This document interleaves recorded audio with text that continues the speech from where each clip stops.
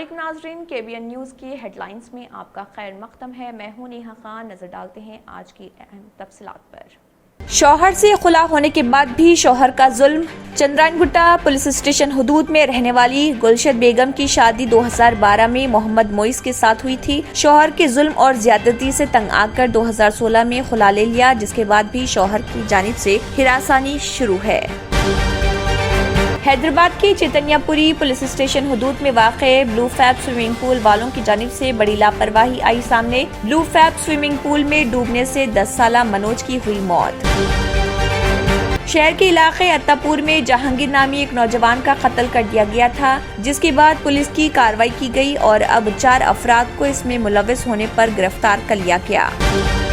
Metro classic garden में खातून photographer और उनके हामियों की जानिब से मर्द फोटोग्राफर पर हमले का वाक़या पेश आया था, जिसके बाद लेडी फोटोग्राफर शकीला के खिलाफ केस दर्ज किया गया था। अब शकीला ने मीडिया के सामने बात करते हुए इस ज़िम्न में तफसीलात बताई।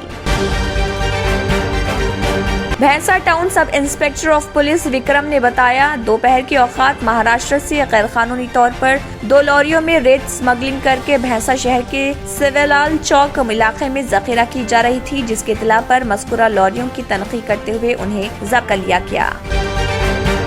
Telangana state wholesale fruit commission agent market association के सदर मुनीर और अराकीन ने वक्फ बोर्ड के चेयरमैन मोहम्मद मसीउल्लाह खान से हज हाउस में की मुलाकात और बालापुर में आर्जी तौर पर फ्रूट मार्केट कायम करने का किया मुतालबा।